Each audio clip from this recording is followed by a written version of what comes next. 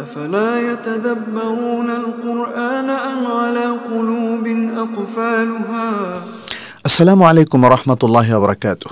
الحمد لله رب العالمين والعاقبة للمتقين وأصلي وأسلم على نبينا محمد وعلى آله وأصحابه أجمعين أما بعد সম্মানিত দিনী ভাই এবং বোনেরা, তাদাব্বুরুল কোরআন আয়োজনে আজকে আপনাদের সবাইকে স্বাগত জানাচ্ছি। আমরা আজকে তাদাব্বুরুল কোরআন এবং তাফসিরুল কোরআন এই দুটোর মধ্যে একটা তুলনামূলক আলোচনা পেশ করব। তাফসিরুল কোরআনটা কি, পাশাপাশি তাদাব্বুরটা কি। তার মানে হচ্ছে আমরা যদি কোরআনের তাফসিরটাকে সামনে রাখি তাহলে কোন কোন জিনিসগুলো আমাদের সামনে আসে, আর তাদাব্বুরকে সামনে রাখলে আরও কোন কোন অতিরিক্ত জিনিসগুলো আসে, সেটা একটু চোখ মেলে দেখা, বোঝা এবং উপলব্ধি করা। তাহলে মনে হয় কোরআনের তাফসিরের সাথে সাথে তাদাব্বুরটাকেও আমরা ভালো করে হৃদয়ঙ্গম করব এবং আমরা হয়তো তাদাব্বুরের কাজটাও সহজেই করতে পারবো ইনশাআল্লাহ। তাহলে প্রথম পয়েন্টে আসি। তাফসির হলো আয়াতের উদ্দিষ্ট অর্থটাকে আবিষ্কার করা বা সেটাকে উপস্থাপন করা।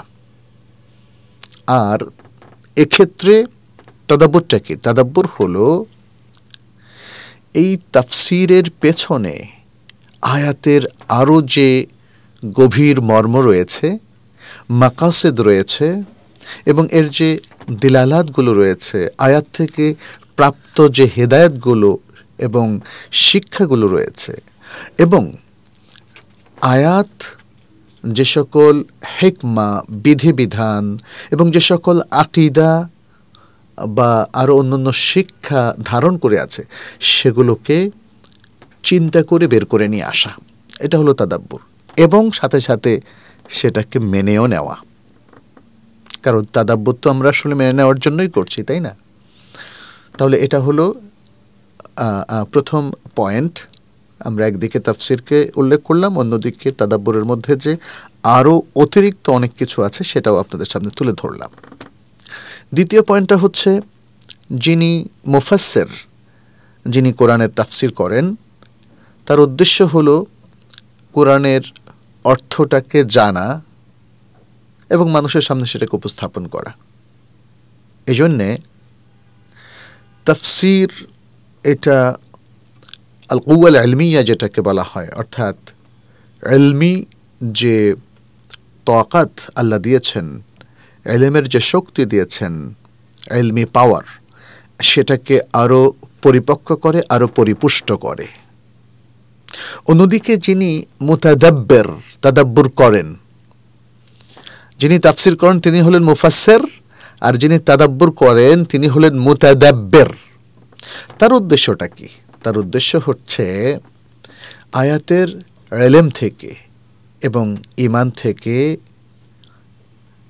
উপকৃত হওয়া এবং এগুলোকে মেনে নেওয়া এবং এই ইলম আর ঈমানকে আমলে রূপান্তরিত করা। এজন্যেই তাদাব্বুর একদিকে যেমন ইলমকে পরিপুষ্ট করে, ঠিক তেমনি ঈমানকেও পরিপুষ্ট করে এবং আমলকেও পরিপুষ্ট করে। তাহলে মুতাদাব্বির এখানে কয়েকটা উদ্দেশ্য যুগপৎভাবে সম্পন্ন করেন, যেখানে মুফাসসির ইলমি উদ্দেশ্যটাকেই পরিপুষ্ট করেন। তৃতীয় পয়েন্টে আসি। তৃতীয় পয়েন্টটা হচ্ছে,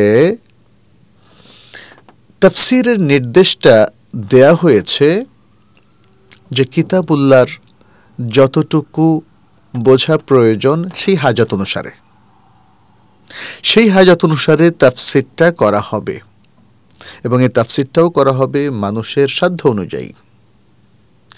তাহলে আমি আবার বলি, তাফসিরের এই নির্দেশনাটা পরিপালন করতে হবে কিতাবুল্লাহকে বোঝার উদ্দেশ্য পূরণের জন্যে। কিতাবুল্লাহ যতটুকু বোঝা আমার প্রয়োজন ততটুকু তাফসির আমি করব এবং আমার সাধ্য অনুযায়ী। কিন্তু তাদাব্বুরের বিষয়টা যদি আমরা আসি, তাহলে তাদাব্বুরের নির্দেশ দেওয়া হয়েছে সকল মানুষকে, যেন সকল মানুষ কোরআন দ্বারা উপকৃত হয় এবং কোরআনের হেদায়াতের মধ্যে চলে আসে। এজন্যে তাদাব্বুরের নির্দেশনা শুধু মুসলিমরা নয়, বরং প্রাথমিকভাবে অমুসলিমদেরকেই দেওয়া হয়েছে। তারা যেন কোরআন নিয়ে চিন্তা গবেষণা করে ইসলামের ছায়াতলে চলে আসে, তারা যেন ঈমানকে গ্রহণ করে। আর এই তাদাব্বুরের ক্ষেত্রে মানুষ বিভিন্ন স্তরে বিন্যাসে বিভক্ত। যেমন কেউ যদি ভালো করে তাদাব্বুর করেন তাহলে তিনি রাসিখুনা ফিল ইলম হতে পারেন, গভীর জ্ঞানের অধিকারী আলেম হতে পারেন।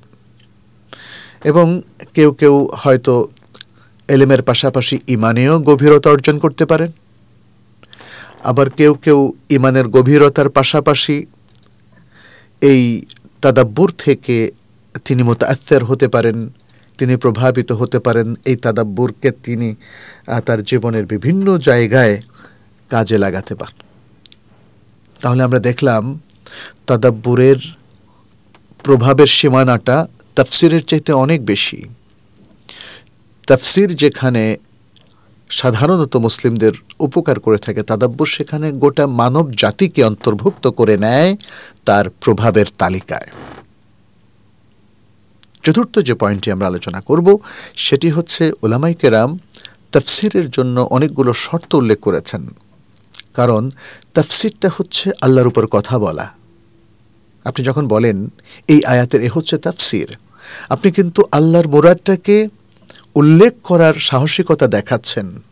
অতএব তাফসির টু দ্য পয়েন্ট হতে হবে, কোনো অতিরিক্ত কথা নিজ থেকে সংযোজন করা যাবে না। আর এই যোগ্যতা অনুযায়ী কাজ করার জন্য আপনার কিছু শর্ত, টার্মস এবং কন্ডিশন লাগবে। এজন্য বলা হয় মুসলিমদেরকে তাদাব্বুরের ক্ষেত্রে তাদাব্বুরের ক্ষেত্রে মুসলিমের ওজর কবুল করা হয়, কিন্তু তাফসিরের ক্ষেত্রে তার ওজর কবুল করা হবে না। অর্থাৎ তাদাব্বুর করতে গিয়ে যদি সে কোনো ভুল করে তাহলে তার এই ওজরটা গ্রহণযোগ্য, কিন্তু তাফসির করতে গিয়ে তার ভুলের ওজর গ্রহণযোগ্য নয়। কারণ তাফসিরের যোগ্যতা থাকলেই তাকে টু দ্য পয়েন্ট তাফসিরের অনুমতি দেওয়া হবে। তাফসির মনমতো ইচ্ছা মতো করার অনুমতি দেওয়া হবে না, ফলে তার ওজর কবুল করা হবে না যদি সে ভুল করে। কিন্তু তাদাব্বুরের ক্ষেত্রে এই ধরনের শরুত যেটা তাফসিরের ক্ষেত্রে রয়েছে, এই ধরনের স্বরূপ আরোপ করা হয়নি। তবে আয়াতের অর্থ বোঝাটা তো শর্ত।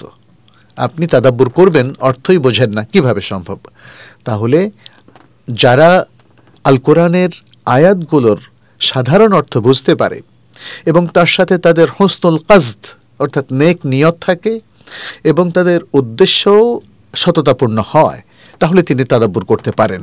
কারণ অসৎ উদ্দেশ্যে তাদাব্বুর করলে তো সেই তাদাব্বুর গ্রহণযোগ্য হবে না। এই জন্য আল্লাহ সুবহানাহু ওয়া তাআলা আল কোরআনে উল্লেখ করেছেন সূরাতুল কামারের 17 নম্বর আয়াতে, ওয়ালাকাদ ইয়াসসারনাল কুরআনা লিযিকরি ফাহাল মিন মুদ্দাকির। আর নিশ্চয়ই আমরা আল কোরআনকে উপদেশ গ্রহণের জন্য, যিকিরের জন্য সহজ করে দিয়েছি, অতএব কোনো উপদেশ গ্রহণকারী আছে কি? সূরাতুল কামার 17 নম্বর আয়াত।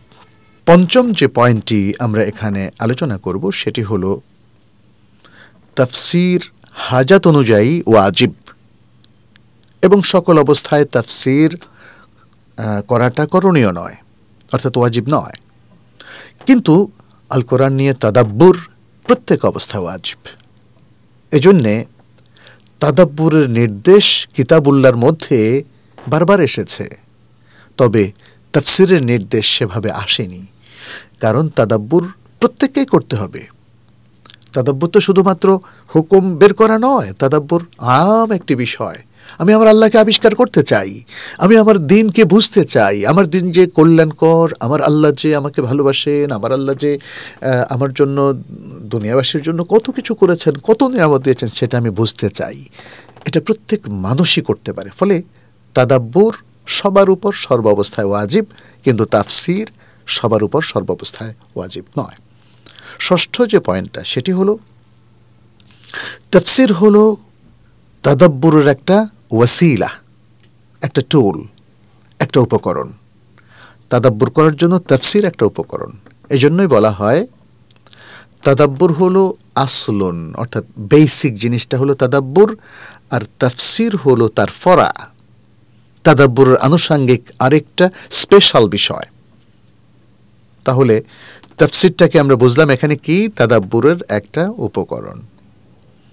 আর তাদাব্বুর হলো তাফসিরের উপকরণ না। তাদাব্বুর হলো আল কোরআনুল কারীম নাজিল হওয়ার মূল উদ্দেশ্য।